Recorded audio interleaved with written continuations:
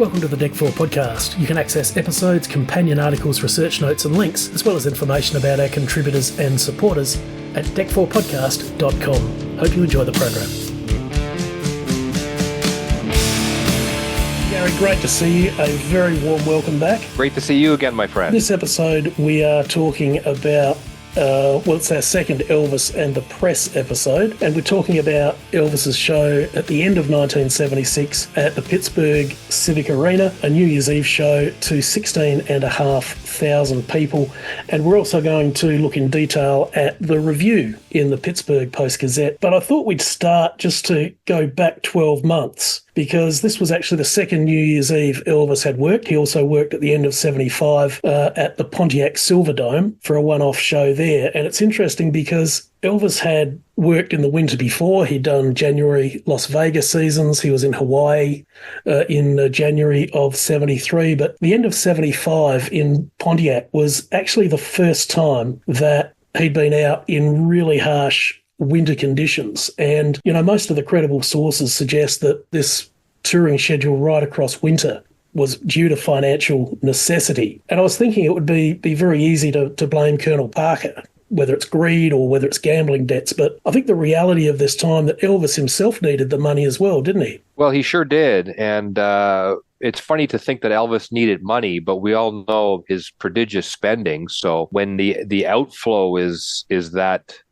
mammoth, then the inflow has to be equal. So the idea that he needed money and had to just make it happen regardless of what the weather was doing, yeah, that makes sense to me. This goes back to something we discussed in the final installment of our series on Aloha from Hawaii, when we were trying to get our heads around the financial arrangements between Elvis and Colonel Parker and RCA. And of course, we know that in 1973, they made a deal to sell the back catalogue back to RCA. So in the years following that, touring was really the only way to bring in telephone number-sized revenue. And it's interesting also to note that the notorious 50-50 split between Elvis and the Colonel didn't apply to touring. Elvis, in fact, kept 2/3 to Colonel's 1/3 from touring. So Elvis was at least keeping the majority of the profits, and the touring operation was profitable with merchandising and the way they ran it. It was very efficient and profitable. And it struck me too. I mean, Colonel Parker wasn't at home with his feet up in front of the fire while Elvis and the crew were out in these very tough winter conditions. I mean, he was there too. Yeah, absolutely. I mean, we can say lots of things about the Colonel, but this was his jam. This was what he liked to do, to get out in advance of the Presley juggernaut and to grease the rails and get the guys ready and get the things set up. So he was traveling in the same conditions, and like you say, he wasn't sitting home and wondering how things were going. He was out there doing the work as well. So we have to give him that for sure. We do have a bit of background from that show at the end of 75 on the webpage for this episode. And we've also got a little clip of Elvis himself talking about it on stage in 76, just reminiscing about that New Year's Eve performance and having a bit of a good-natured laugh at himself. So we've embedded that in the webpage as well. But just a couple of details on that Pontiac show. Gary, it was the biggest in-person audience for a single show of Elvis's career, 62,000 people. It was sold out or near enough, Pontiac Silverdome. It was a big football stadium. Many accounts of that night suggest that it was freezing cold, an ice storm. It did get some very good press. Elvis still shakes them up. The legendary Elvis dazzles New Year's Eve stadium crowd. And there was also some positive press around the box office.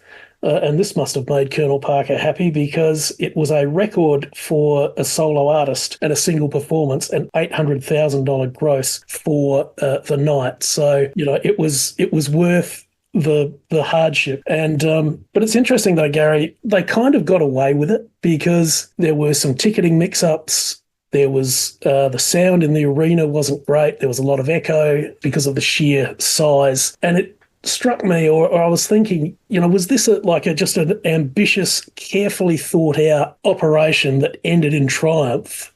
Or was it just a harebrained scheme that could have just been a catastrophe? I think it was a little bit of both, probably. I mean, they might have looked at it as just the same type of thing that they had been doing, just taken up a couple of degrees. And so if we can do it on this level, surely it wouldn't take much more to bring this home. So the idea that it was ambitious and it was also a little bit crazy. And I mean, when you throw in the weather, which of course nobody can control, it makes for a good story, and it makes for, maybe it's even more of a triumph because it's validation. People wanted to see Elvis and didn't really care about the weather. To answer your question, I would think that it was a bit of both. It was a crazy gamble, but at the same time, when you've got a product like Presley, not much is a gamble, and Colonel and the team just probably thought they could pull it off. And obviously they did, and it worked out well. And, like I say, it was probably similar to previous shows, just a bit more. So they just reached a little bit further and they grabbed it. So it worked out really well. That clip of Elvis talking about the show that I mentioned, we had a little correspondence on YouTube about that from Dawn Marie. She said, "We didn't know if we were going to make it. We get some serious weather at times, and that was definitely a year. It was a once-in-a-lifetime thing, and I was so happy I was there. The crowds were brutal." Have a listen to this. There was an all-out cat brawl 10 rows down ahead of us. Broken ribs and blood loss is all I heard from the paramedics. Wow. And at that point, Elvis had already left the building. What a night. Yeah, for sure. I mean, you got to love that eyewitness account. I mean, the fact that this was still going on at this late juncture in his career is confirmation. Sometimes you hear live recordings and you hear the cheers and you got to wonder. Yeah. But there you go. That's an eyewitness account. So even at that late date, that's amazing. So that was 1975. Let's have a look at 1976 as we get towards New Year's Eve. So we have some stats thanks to Francesco Lopez and ElvisConcerts.com.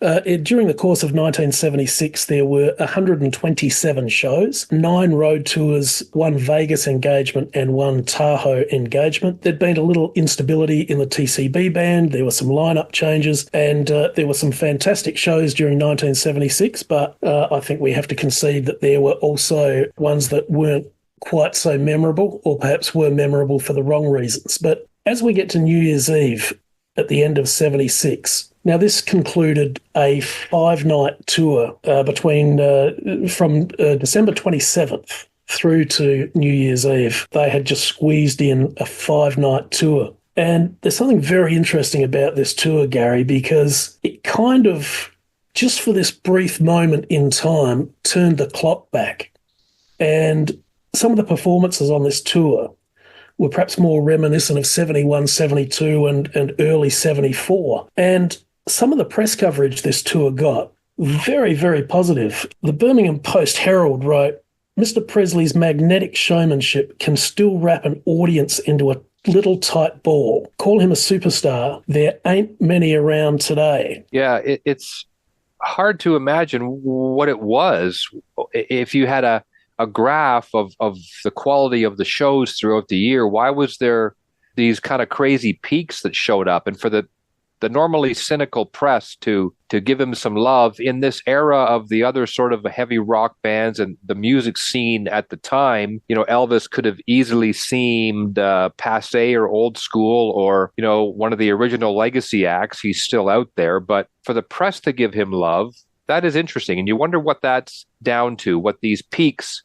are down to, just his general health or his feeling or his mood or what. But I'm glad that we have them, certainly. And on that, the Birmingham News said Elvis was in good voice, good shape, good health, and good spirits. Wow. He'd lost weight and gained confidence. His act was full of humour, zest, and occasional beauty. And the Dallas Times-Herald, Elvis, make no mistake, is a phenomenon. No one else has gone 20 years perched at the peak. Alice Cooper and the vaudeville rockers may trail in the dust of Elvis's heels. Where superstars quickly burn themselves out, Elvis survives, spreading himself to new generations of fans. So it's interesting that, this is not press coverage of someone whose career is in decline. And I just wonder, because I know we just maybe differ slightly on our take on these last couple of years of Elvis's professional life and the narrative that surrounds it, that has sort of been created by books like, The Unmaking of Elvis Presley and the press coverage. I'm just interested in your opinion in how you see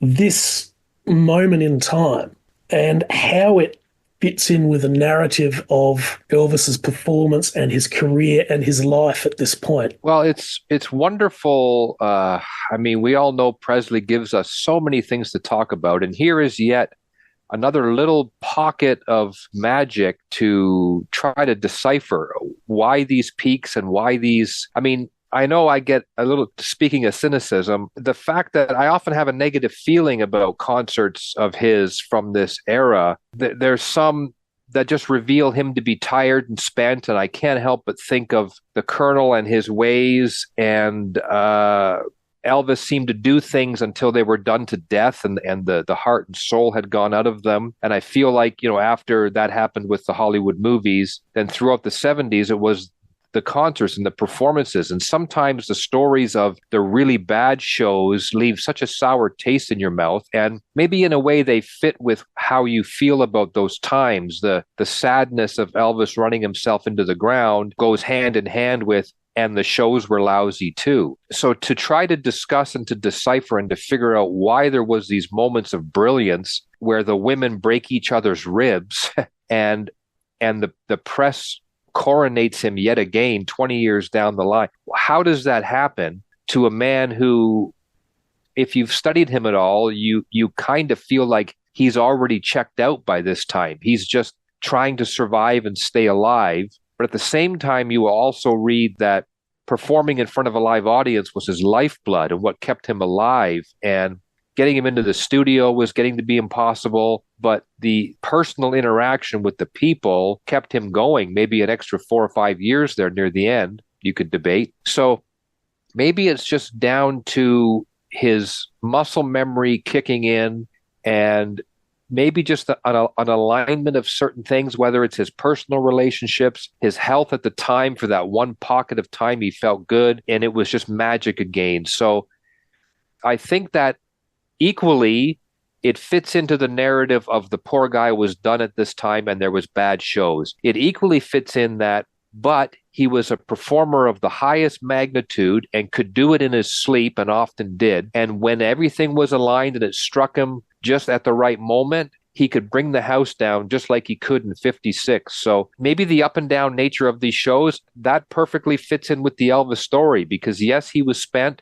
but yes, he still had the ability to be Elvis Presley and to do that thing that only he could do. For our show on New Year's Eve, his chosen jumpsuit for that night was the black on white Phoenix style. Now, this was one example of a particular style that was used between 74 and 76, and it came in a number of colour combinations. And there's a bit of a funny story about the design of this style from Jean Doucette. Now, Jean Doucette, Gary, I shamefully failed to credit for his part in the Aloha jumpsuit design in our previous episodes, which we since corrected. But Jean Doucette was Bill Ballew's associate, and in an interview with The Guardian in 2010, talking about the Phoenix jumpsuit style, he said, "I remember once I was working on a bunch of ideas and Elvis was impatient, so asked through his assistant if he could see some samples. I was making a jungle-themed suit at this point, vines, serpents, elephants, so I sent him a sample that features a zebra's head on it.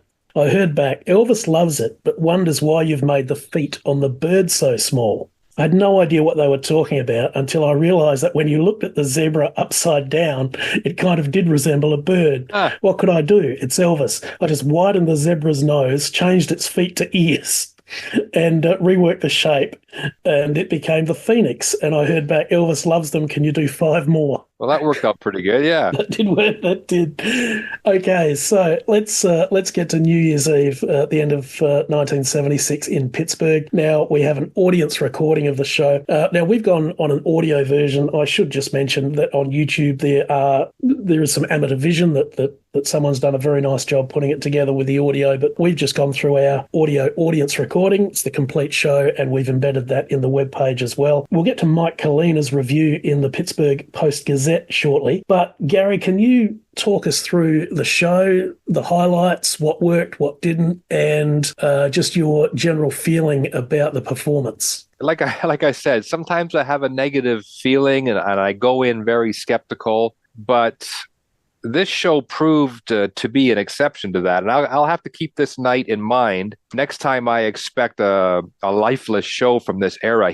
Elvis sounds energetic right out of the gates, and right off the bat in the opening minutes, there's every indication that, he won't be phoning this in, and that he is really engaged. And we just talked about what that could be down to. Who knows? Maybe even the festive atmosphere of a holiday, a New Year's Eve night. But he is really engaged and he's having fun. And I love that, for example, he's not in the usual rush to wrap up I Got a Woman, for example. He's having fun, and there's a balance to be struck at this time. Sometimes the chicanery can be kind of tiring to listen to all these years down the line. And that's something else too, the context. All that was probably charming in a live setting, but sometimes, 45, 50, whatever years later, when you're listening to just the audio and trying to hear what he sounds like and what he's singing like, you feel like you're almost putting up with some of the joking and the chatting and the back and forth with the audience. But context I have to keep in mind, because it must have been a great time. And it was a show. It was a real show. And to interact with the audience and to make it a fun night for them, it was a good learner for me. I had to keep in mind that that's what he was doing at the time. And it was fun for the kids, and it was fun for the people. If he had actually acknowledged somebody yelling something to him from the audience, that person will dine out on that forever. Elvis heard me and answered me. So little things like that I had to keep in mind. So I might have been rolling my eyes a little bit when he was yucking it up with people, but I thought, you know what? If you're sitting there in the seats, that would have been a great time. So that was something I had to learn. And I really enjoyed the fact that Big Boss Man was on the set list, because I don't think of that song as being part of any set list. I think of it 68 comeback and in the studio recording. So, and you wonder, like, we've all read the books about how he would decide to shake the set list up, but you wonder what turned his fancy to some of these older tracks and why he decided to add them. And Fairy Tale was another highlight for me. Not really necessarily a super duper high point of the mid 70s, but a nice pure country song, and they performed it well in the live setting here, and it was a great addition to the set list as well. So at this point, things are going really well in the show. Sure, and one thing Mike Kalina alludes to this as well, which we'll get to, but because it's the audience recording, you really do get the sense of the audience involvement, and you're really in the middle of the audience for this, and you can really see that he really just had them from the start. I mean, Mike Kalina writes, Presley had perhaps the most captive audience since Johnny Cash played Folsom Prison, and rarely did he lose his iron grip on the crowd during his 90 minutes on stage. And you can really sense that from just how responsive the audience. He just had them from the start. Even just a little bit that I quite liked in that, he had a bit of a snip about the feedback, which was a bit of a constant annoyance for him. And he says, watch the feedback. Yes. And you hear a lady in the audience go, okay. So it was, there was just... This is what I mean. Yeah, that's what I mean. It's a real, almost, I don't know, less a concert, more a hangout. Like, we're all getting together. Exactly. And like you say, and I did make a note about being able to hear the people so well, really puts you in a seat in the auditorium too. So maybe they're not as clean as the official releases, but sometimes this type of recording, it's contextually a pretty cool experience. A couple of highlights for me. I did love, and the audience loved, Are You Lonesome Tonight, when Elvis is singing to Charlie Hodge. Yes. and the audience, you could just tell the audience loved that.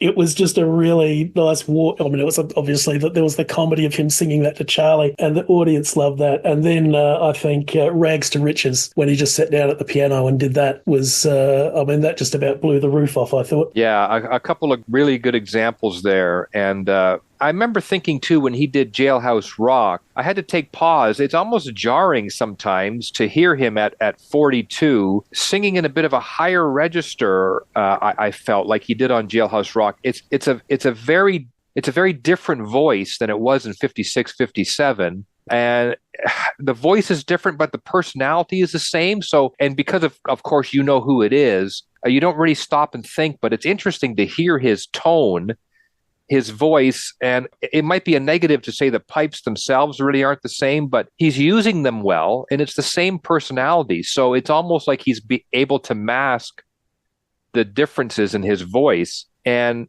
by the middle of the show, he's in the pocket, and we're having a good time. Yeah, definitely. I wondered if during My Way, I felt like I heard him request the piano be turned down. Yes, he did. That's right. He did, yeah. So that was interesting too. So that to me, right off the bat, it was a bit of an epiphany. That is a perfect example of him being engaged. Like if he didn't care about such things, would he have even noticed that? So that to me showed he was putting in the effort. He wanted it to be perfect for the people. Something was wrong, like the feedback you mentioned. So that's two good examples of, I am dialed right in like a race car driver bombing down. He'll feel that little shimmy or whatever. He wants it fixed. King hears these things, doesn't like them, and wants them fixed. That to me was pretty good indication that he was engaged. And My Way, I have mixed feelings about the song and its perhaps redundancy in the set list, but I grew up with the great version in Aloha from Hawaii and that great finish. He really finishes the song well here too. I thought it was a really good showpiece for him that night. Yeah, just also what you were saying about him just trying to get it right. You might have noticed in Fairy Tale, he actually tries to get him to slow it down. There's just a little moment in Fairy Tale where he's like, oh, yes, I think I did notice that. One thing that I think tended to drag in some of these shows are the band introductions. Yeah. But I think in this one, they sailed through that pretty quickly, and it didn't feel like it was perhaps slowing the show down compared to how it had in some others. Yeah, I've always struggled a little bit with those intros, not only because, partly, for a lot of reasons. First, I didn't grow up with them. I wasn't used to them. It shows that I've heard, later in my life, whatever. So that was a bit jarring, and I was a bit shocked. Oh, he did that? And that was part of the thing. I don't know. I'm not a big fan of that. It seems to me to be very strange to play a snippet of a song. I'm introducing my guitar player. Listen to how he plays this. And then if it was our next number features James Burton on guitar, you're really going to be impressed with him. They sing the song and James Burton, it's a showcase for him. Like that's kind of one thing. But the idea that I'm introducing my guitar player and now we're going to do Early Morning Rain or whatever the case might be, that to me, I don't know. I'm not a huge fan of that. Now, listening to this show, it did fit into my thing about the show being a show. Part of it is I do have a band with me. They are great. They can do things. Here I'm going to showcase them. And Love Letters, the original version, what was it, 66 or whatever? I always love Love Letters because it's a good example I always use of Elvis is a fan like us. He loves music and he hears a recording like Love Letters. He does it himself, but he doesn't change it from the original record at all. He just loves that recording, and he's always good at putting his own stamp on things. But a song like Love Letters, he left alone. It's always nice to hear, and that was a good point in the show. And then we get to some other great tracks that I love, like "Hurt" and "Reconsider Baby" are great choices, and they come off nicely. Yeah, that was a happy surprise that he slipped in, I thought. Yeah. Okay, so let us get to Mike Kalina's review now. This is a really nice, thoughtful review, actually, and we might not necessarily agree with all of his assertions in this, but he obviously put a lot of thought into it, and it was really done, I think, with a great deal of care. Now, he had been at the Pittsburgh Post-Gazette since 1971. He moved to the features desk in 72, and at the time of this show, he was writing about music, had a regular column about music, and he would go on to become a syndicated food writer, restaurant critic, and a television presenter of cooking shows. And we're going to talk a little bit more about him afterwards, Gary, because there is a Shakespearean tragedy there of epic proportions, and we're going to just talk about him a little bit. Let's just consider some of Mike Kalina's review, and we have the full review on the webpage. We'll just take some selections here.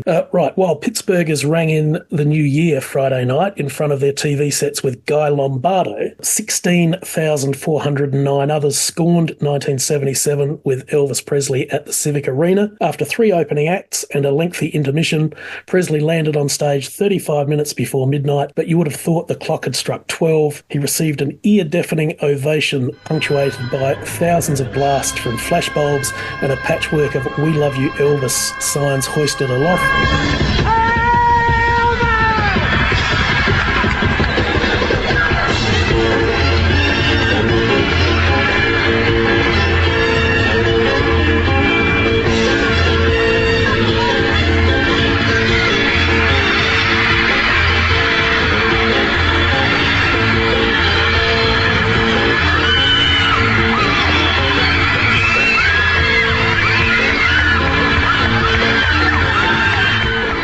As we said earlier, Mike Kalina also wrote, Presley had perhaps the most captive audience since Johnny Cash played Folsom Prison, and rarely did he lose his iron grip on the crowd during his 90 minutes on stage, and that is certainly borne out by the audience recording. Presley was much warmer than on his first visit here in mid-1973. This time he not only interacted with the crowd, but he also gave up the microphone for a minute or so to have a fan wish him happy birthday and happy new year. In 1960, we did a song called, what's the cowbell ringing? God in heaven. Hey, come here with that thing.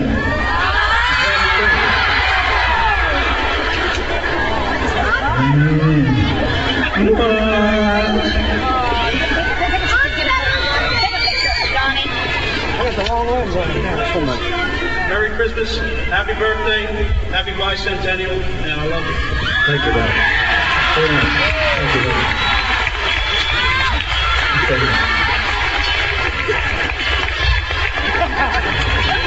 That's beautiful. Thank you, John. Thank you very much.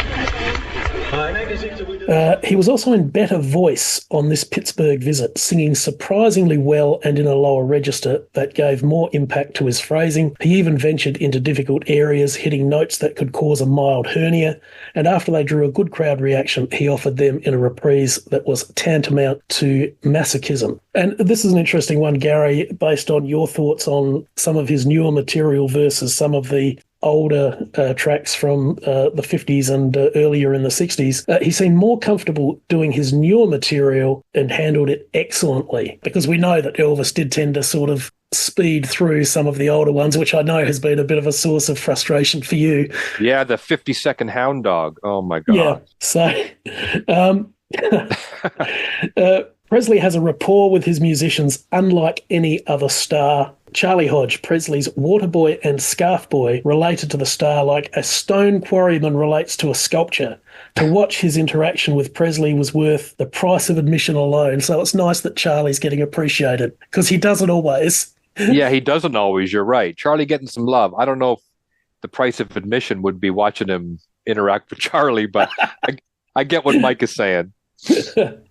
So now this is a really interesting one, Gary, and we've kind of talked a little bit about this sort of off air before, about, I guess, changing perceptions of age, and given the modern context on this closing paragraph. Overall, it was a fine show, though Presley seems to have lost some of the spark that turned his concerts of yesteryear into events. He worked hard, but underneath it all, one could see that age is taking its toll on the singer. A change in style seems to be the logical career move for him, but Presley seems intent on showing the world that a middle-aged man can rock and roll too. A famous country artist once said that you can grow old as a country singer, but not as a rock singer. Presley is trying to prove him wrong, but he's not succeeding. So you can grow old as a country singer, but not as a rock singer. And nearly 50 years later, many of the artists that were on the touring circuit in 1976, the Stones, Mike Love, Al Jardine, AC/DC, many of these bands have been touring in this recent European summer, have been on tour and doing some massive shows. It's just such a fascinating observation in the context of what we know now, nearly 50 years on. I think it is fascinating, and it's interesting that he even, spends a paragraph talking about that. I don't think it would get much press today at all. We're just so used to it. I don't know if that, like middle-aged, like Elvis was 42. I don't know, 42 nowadays is nothing. I guess that's maybe down to, part of it is we're a lot more keen on, health and vitality and maintaining good health, eating, etc., blah, blah. So 42 is nothing nowadays. So a guy like Mick Jagger's still out there. You could say, well, that speaks to his health. It speaks to his energy. It speaks to his lifestyle. I mean, I guess it was a lot of excess back in the day, but he's still around. So that's a good, positive thing. Interesting point that it was a point to be made back then, whereas now we don't even really talk about that. We might joke about how old Keith Richards is. So the rock and rollers nowadays, that's a thing. Maybe they hit their 70s at the right time, where there was the science or the medication or the health or the diet that could keep you going. But the fact that Kalina, it's notable in 76 to say, wow, he's getting up there, you can't do this. Totally contrast to today, where I don't even know if anybody mentions that. You just keep going until you keel over. So that is a very fascinating, and that's like a sociological sort of an interesting cultural point to make in 76 that just doesn't really fly today. It always sort of struck me in that review, looking at, what is happening now, and as you said, Mick Jagger bouncing around the stage at age 80. But it's interesting in the context of the time, and we have made this point before, but I think if you look at Elvis's generation, by the mid-70s, sort of Roy Orbison's renaissance would not be for quite a few years yet. And I think Elvis was really the only one of his generation that could, on his own, fill big arenas, not part of sort of a nostalgia package. Yeah, you mentioned record-breaking numbers. I mean, this is 20 years down the line.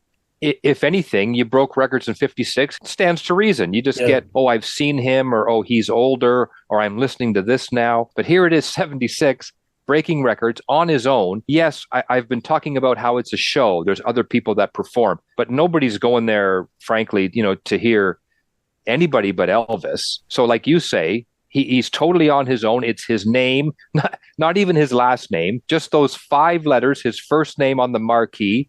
People come out in the ice storm and the blizzards. So it is quite remarkable. And you're right, there was nobody else that could do that and was doing that. And he didn't need to be part of a package. If you put the Golden Boys together, Fabian, Bobby Rydell, whatever, you're going to draw from those 3 fan pools, obviously. But it was just Elvis. So it speaks to his fan base, and it speaks to his drawing power 20 years down the line. Once again, he was the first to do many things. Maybe we could add, he was the first to continually pack them in. Let's face it, throughout his career, from the very beginning, George, until the very end, he packed auditoriums and stadiums. So, I mean, there you go. You can't take that away. The numbers are there. Let's just have a bit of a chat about Mike Kalina, because, as I said, he is a fascinating character. And I deliberately didn't send you any of this with the research notes, because I kind of wanted your spontaneous reaction to this. Mike Kalina passed away in 1992. He very sadly took his own life.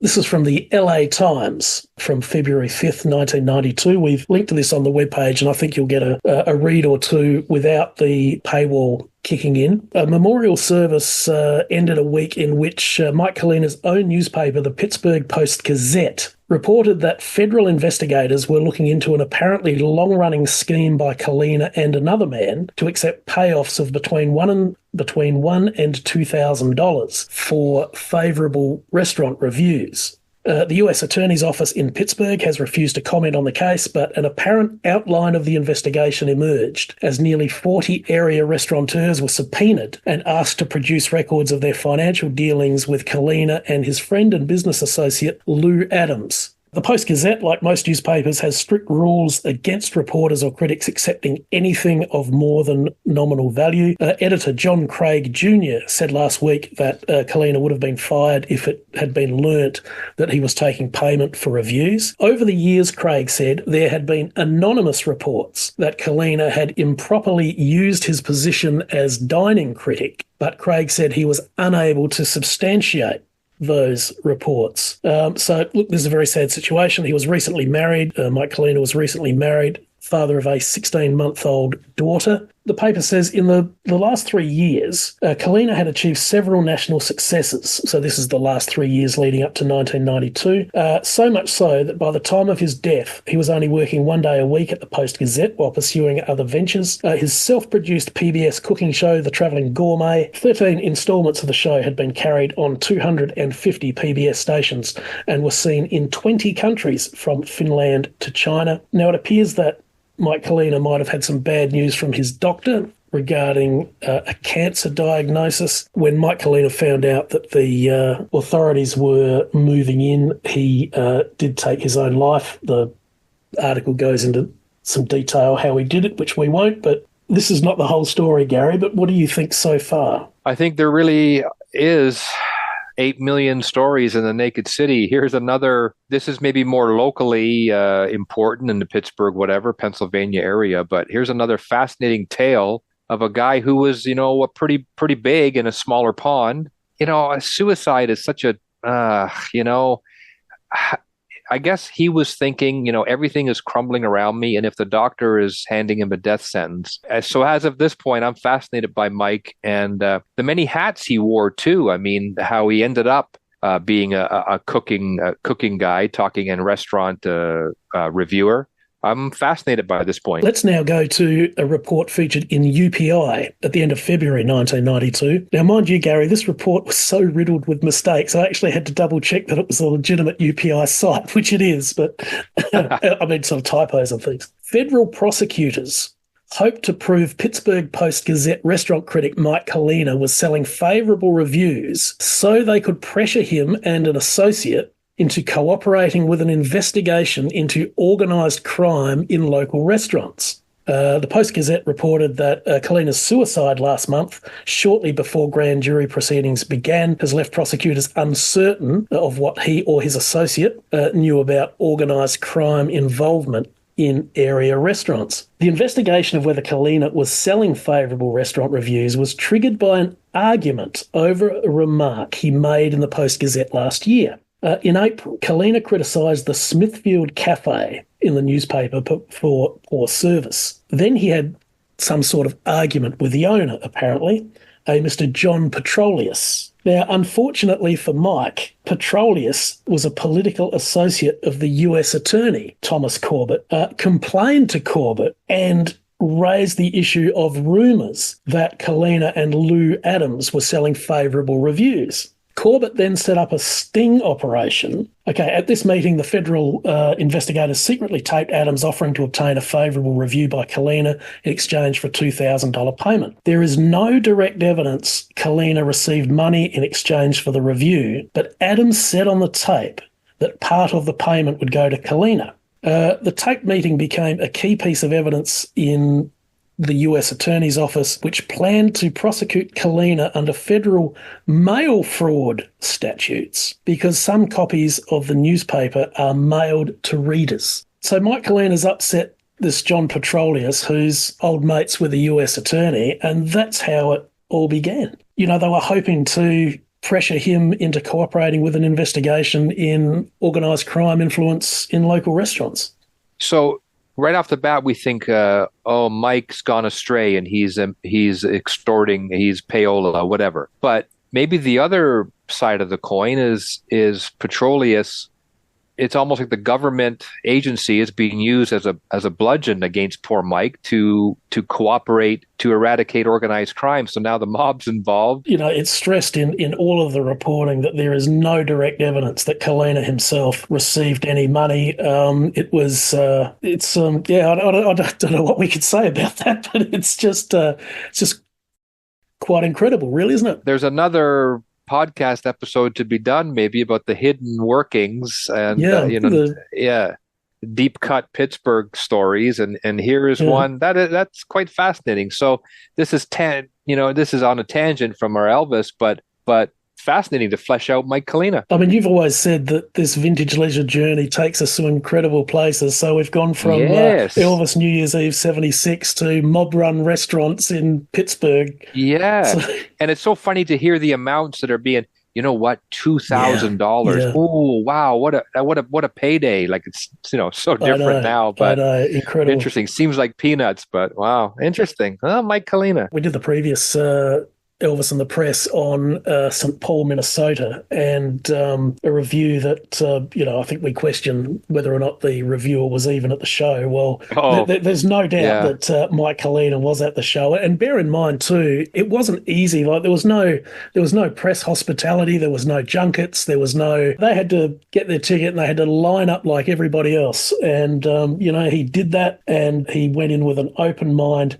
He really did his job, and he watched the show carefully, and I think he put a lot of thought and care into the review. As I said, we might not necessarily agree with all of it, but I think it's a really really interesting piece of journalism in the context of the time, I think. Well, I think we can give Mike the stamp of approval because he wasn't ridiculously overboard with his praise. He liked the show and punched it up a lot, but he wasn't afraid to, make comments like, maybe he's too old to do this and maybe he's done. So there was a little bit of both, and it wasn't really one-sided. It seemed to be fair and balanced. But I think what he's talking about is borne out when you listen to the show. I mean, you've gone back up a couple more notches in my book, George, after the last show you made me listen to. This I know you did struggle with that one a little this bit. one here I will definitely keep in mind next time I raise an eyebrow at a late 70s Elvis show. That was a great show. It was a good show, and Mike called it, so good for him. It strikes me that they must have ended the year on such a high. That show, they must have thought, you know what? We're back. This is going to be it now. We've got it made. We're going to keep going, and it's going to be fantastic. Yeah, you see, I'm one to say, what's wrong with you people? You keep putting them out on the road. You keep going because we know, like not even a year later, it's curtains. So give the guy a break. But there must have been enough of these high points. There must have been enough shows like this one from New Year's Eve that encouraged them. And of course, I hate to say be cynical, but there's the whole financial juggernaut, the machinery that's in motion when Elvis is touring, that's a lot of people are making their livelihood there. So of course they wanted to keep going. But the musicians, the bandmates must have thought, dang, that show was so great. He can still do it. He still got it there somewhere. If we can just, I don't know what, if we can just do this or do that to keep him engaged, maybe string enough of these great shows together, maybe it'll spark something in him. Oh, I've still got it. Or if I was to, whatever, get healthy or stop doing this or start doing that, because they saw it every now and then. We hear it on this show. And so back then they might have thought, well, dang, if he can do it then, why can't he do it the next night? So the next night is lousy. Okay, well, let's get back to that one show that was great. It just was not consistent enough, even though you can see that the hope was there because he could do it, as we see with this show. He did struggle in the following 8 months, but there were some really, there were some very good shows in 77. His final ever show, actually, at Market Square Arena was even, Peter Guralnick, who, we know has been quite critical of this time, really attested that as, one of his really best performances in a long time. So he could still do it. But it just struck me that there just must have been such this sense of optimism. And I think when they went back out on the road again in February, it was very different. Yeah. And it's like we've already covered this ground, like the fact that he still could put in a show like this, it's still a gift to us all these years later. And like you say, it must have filled them with confidence at the time because they come off the stage that night thinking, he can still do this for another 20 years. He's still great. So confidence, yeah. We really have to be so grateful to these bootleggers because without them, all of this history would be lost. Yeah. And it's not like you can not like in those days, you just came in with your phone, you sort of had to. Yeah, it must have been some bulky equipment there. Yes. Yeah. Under overcoats or whatever. Yeah, look, it was a great night. And yes, it was. I think a memorable New Year's Eve for everybody. And as we said, the audience were having a fantastic time. And there was one guy in there, actually. It wasn't just the girls that were getting excited. There's one guy in there that was really getting into it. He was... yes. He was having a great time. They were all having a great time, and I think that's one of the one of the really nice parts of the recording, the fact that we are in the audience and you just get that warmth and love from the audience. It's I'm glad we've talked about it, and I'm glad that you have kind of recovered from St. Paul in April. Yes, I have recovered, yeah. Okay, look, we should really just note the recent sad passing of Chris Christopherson, because Elvis was just one of many artists who benefited from his creative genius. How do you see Chris Christopherson's contribution, not only as a singer himself, but as a songwriter, and what he did for other artists? Even though he was a rough and ready outlaw country guy, he had a class because of how sedate he was and how, I don't know, chill and cool. He had so much in his locker. If you look into his story, of course, his intellect was at such a high level, and what he had already done before he got popular as a singer. There's just so much story to him, really, and what he was able to do afterwards, perhaps even more as an actor than a recording artist. Although, a quick footnote: A Star Is Born with Barbra Streisand, I was, how cool that he won a Golden Globe for that. But what a disappointment that film was for me. It was nothing compared to the atrocity of the remake from recent years, but I digress. It's interesting that Elvis was actually the first choice for that role. Interesting connection, because Chris in 76, I believe, when that film came out, he had the same, I don't know, not the same. It's hard to say anybody was the same as Elvis, but interesting as a second choice, I guess, quote unquote. It was a really cool choice because he had a substance to him. In a very brief period of time, he wrote songs that are still being recorded and sung today. And you could say, well, that's only one burst of creativity. A lot of people have had those. He's not that big a deal. But then I would counter by saying, look at the songs. If you listed the songs, Me and Bobby McGee, Sunday Morning Coming Down, For the Good Times, Help Me Make It Through the Night, these were all written by one man. He's a one-man country music songbook, and you read quotes by major people like Bob Dylan, Willie Nelson. They've said such things to the effect of, there is Nashville pre-Chris Christopherson and then Nashville post-Chris Christopherson. It was a totally different thing. What was available to country artists, what was viable for them, the route to take, getting away from that countrypolitan sound and the clean and the outlaw thing. I mean, just his album covers, just his look, his beard, his hair. I mean, he totally altered the landscape. He's one of those guys where you really can't overstate, because these significant players, Johnny Cash chimes in saying, it's different now in Nashville. Things are changed because of one man. Like, look at what he wrote. It's remarkable. And his contributions are huge. He went on to have a great acting career. But the thing about him, and I like to pick subjects like this from my site with the idea, this person is cool, you need to know this. So Chris is a poster child for that sort of thing. He was a dude for 50 years. He was a cool guy, but he had depth beyond that with acting accolades, yes, but the songwriting career that altered a whole genre and altered the city of Nashville. So he was a major figure, and it's just sad that we're losing them. You got to love Chris Christopherson. There is so much story to him, and the Elvis connections, some of the songs that he wrote and he recorded, Larry Gatlin music that Elvis adopted. And of course, Elvis making it a part of his live show, Why Me, Lord, for example, just elevates him in everybody's mind. But Chris is a real dude on his own, and it's a big loss. We're going to reconvene after the credits because you have a great story for us about Days in Memphis. Now, we're just going to just must make a little recommendation for our listeners. You were back in Memphis this summer, 2024. You've written a great presentation, put together a great presentation on your website about that. Some fantastic images, lots of great information. And the walk that you have videoed, the walk from the gates up to the meditation garden, is just a beautiful thing. Just quiet in the peace of the morning. And I would just urge everybody to have a look at that. That is absolutely fantastic. So, Gary, we will see you after the credits.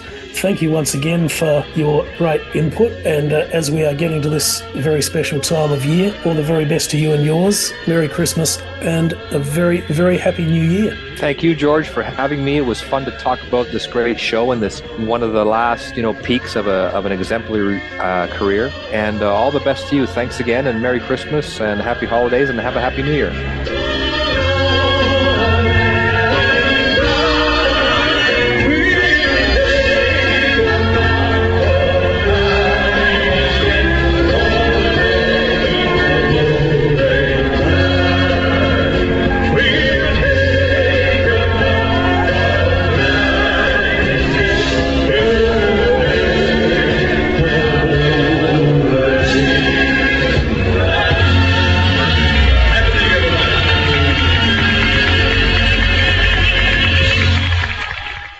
So thank you for taking a trip back in time with us and seeing in the new year of 1977 with Elvis and 16,500 other fans in Pittsburgh.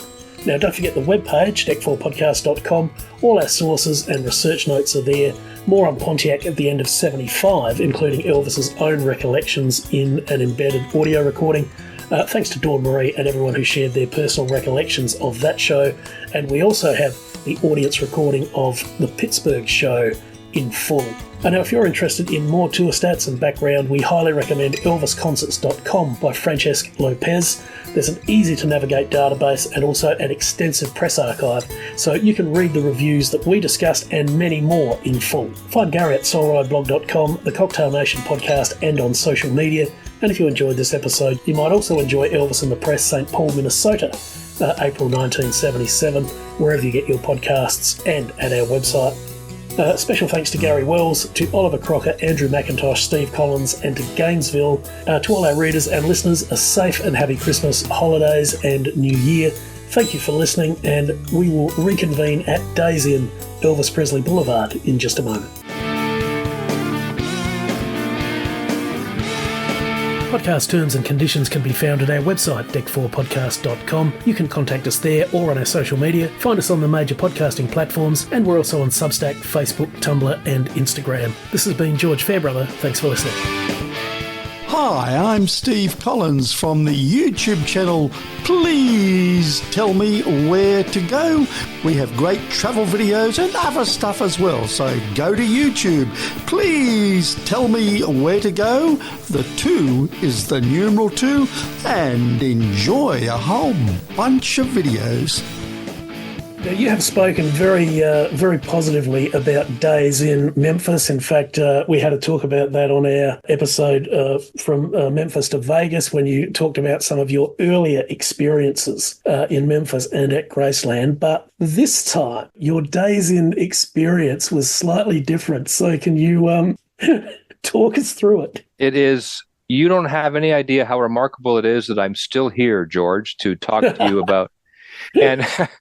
And maybe I should preface it by saying, okay, I try to be fair. This experience, maybe does not color all of Days Inn, Wyndham, and all of their hotels across the world and North America. But the fact of the matter is that this was a unique experience that was a real, I don't know, to say they dropped the ball sounds so, there's so much more to it than that. So the thing about Days Inn was, I've said before, we always stayed there. It's right across they call themselves Days Inn Graceland. So they align themselves with the house, with the mansion, and with Elvis Presley Enterprises, even though they're not really hooked up. They're right across the street. The area is not really super conducive to tourism. It's not like a Disney bought a plot of land and built a theme park. It's just on a highway. So the fact that the hotel is right there is fantastic. We've stayed there 4 times over the last, 20 years. And like with any other place, I guess, you get to thinking, I hope that they maintain the quality of the rooms. And, sometimes you'll notice the wear and tear in the lobby or the rooms, whatever. And you're just hoping that they can maintain it because it works so well for you. And my family and I made such great memories there. Then there's this 4-year gap. And when it comes time to book again, to go to Memphis, it's a no-brainer for us. We call up Days Inn. somebody answers the phone, whether it's a call center somewhere or at the desk. I don't know what, that doesn't matter. They listen to our request. They fulfill it. They book us. They tell you your room is ready on this date that you've chosen. So we've locked that down. We feel great. We're ready to rock. We travel down to Memphis and we pull into the hotel. It's a long drive for us. We drive. You're happy to get there. You're back where you were. It's been a few years and you're excited. And we walk into the lobby, George, and it's barren. There's nothing on the walls, but more than that, it's obviously under construction. There's tools, there's extension cords, there's nothing is in there. There is one lone person behind the desk. He asks us, well, when's the last time you stayed here? We say 4 years ago. He kind of chuckles and says, well, the place has changed hands twice in the last 4 years. So there's a first indication. Well, the first indication is extension cords instead of a continental breakfast area. So he says, well, there is no breakfast. So we're bummed about no breakfast. We would have more to be bummed out as the week progressed. But the breakfast was the first start. So we're depressed. And it's funny because we were there a night early. We hoped they could put us up, a night early, that they would have room for us. Well, let me tell you, they had lots of rooms. We go up to our room.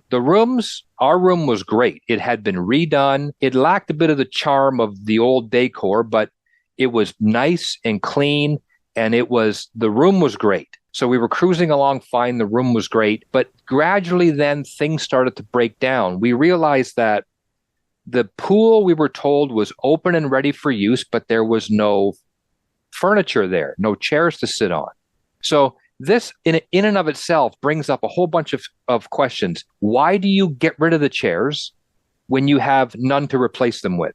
Can you not send somebody to Walmart to buy 4 chairs and just throw them there? So the pool is good to go. Now, it hasn't been cleaned in weeks. There's nowhere to sit, but you can go in the pool. Oh, no. So we're thinking the cool guitar-shaped pool, that we could check that off the list too. And of course, it's summer, isn't it? It's the Memphis heat summer. It's summer in Memphis, which is cruelly brutal. So a pool is a great addition to any hotel. So you can use it, but you'll need 3 or 4 showers afterwards, maybe. So 2 strikes. So then we're thinking we got to go and buy, food to eat. We had to go down to the local Walmart. We bought some supplies and there's no coffee maker in the room. This is getting to be a basic thing too. So I got no coffee, which is a real issue for me, George. No coffee. So what's that? How many strikes is that? I don't know, 8. So now, and then let's call down to the desk. George, there's no phone in the room. Oh, no. So I've never been in a hotel room with no coffee maker and no phone in the room. So we got issues now. And so we've gotten some stuff for the breakfast. That's fine. So we're going to make do. It's almost kind of fun. You're having this wild experience. So we get on the Wi-Fi because we're traveling internationally. Your phone, everybody's phone has become this lifeline to things. Yes, of course. The Wi-Fi goes down in the hotel. So here we are, international travelers. And I didn't mention we have met friends who have traveled from Denmark. So they are really international. Yeah, so there's no Wi-Fi. So we go down to the desk at one point. The sliding doors don't just open for us. So we start pounding on the doors. George, no word of a lie, there's nobody there. There's nobody there. We start to look around. We walk past the piles of garbage that are building up around the hotel in the hallways. There was one poor, unfortunate homeless fella who has taken up residence on one of the staircases. Okay, so now we're traveling internationally. There's no telephone in the room, and the Wi-Fi has gone down. And I go to the desk, George, there's no employees there. Okay, so now there's nobody working there, so we've been abandoned. It's all of a sudden, it's a science fiction drive-in movie. What is going to happen to us now? There's no employees. This was the thing that really blew our minds. We went back to our room and we're thinking, well, we got to maybe use some data to contact somebody. I got through on Facebook Messenger to Days Inn Wyndham, and at least they replied to me to say, well, we're going to look into this. And I'm thinking, you think? Like, you don't have anybody, there's nobody working here.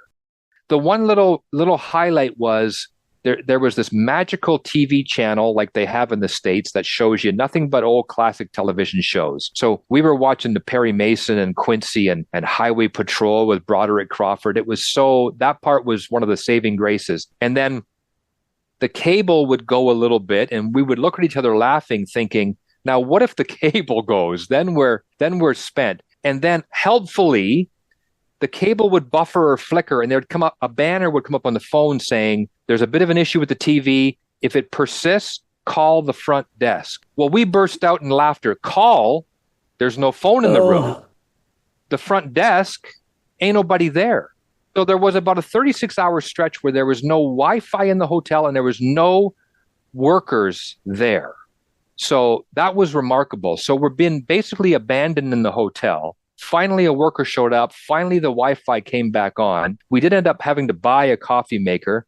We made do and it was fun, but we had to admit later on that there was this underlying current, this kind of like this strain of this crazy apocalyptic survival of being abandoned. And days in, like I started off by saying I don't want to rag on them too much, but in the end, when we got home, we got an email saying, sorry about your experience. We've offered you points that you can use towards your next stay. So again, we're thinking that is so nothing. It's even them saying, sorry, your stay here was so bad. To make it up to you, you'll have to stay with us again. Stay with us again. And I'm thinking, well, what could possibly happen on a previous day? So the kid at the desk had said, well, they're working hard to get it ready for Elvis Week, which is what's in August, which was about 6 weeks away. They're working so hard, George. There was nobody there working. We would go by some of the rooms. You could see in the windows they were fully under construction. What happened, I guess, in the end? And our friends from Denmark decided to go on and try to book a room there again to see if they could still book rooms. And they had stopped taking reservations, which is one little saving grace. So you could no longer book the room. But we happened to get there this one pocket of time where everything was falling into this big crevice for this particular location. The time element, too, was against them. Now, should they have taken our reservation? Perhaps not. Was it super cheap? Yes, it was. Did we get what we paid for? Well, barely even that. We end up with a great story, but it was a good lesson, too, going forward.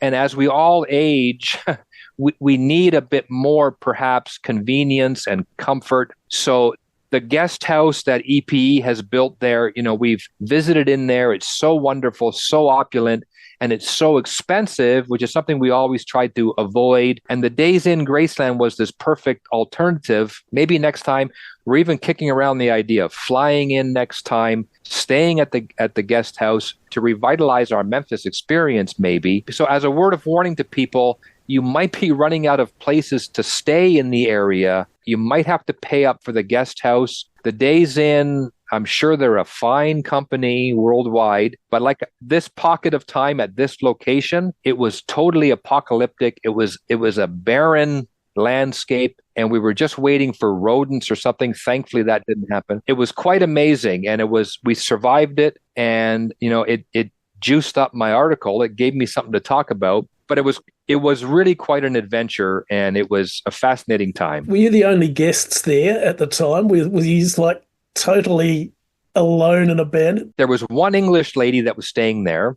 We struck up a conversation with her. She visits Memphis and Graceland many, many times. She comes in by herself. This was like her 8th or 9th time. I think she's always stayed there as well, and she had the same experience too. She couldn't believe it that we were abandoned. Yeah. Her method was to employ great ferocious rage.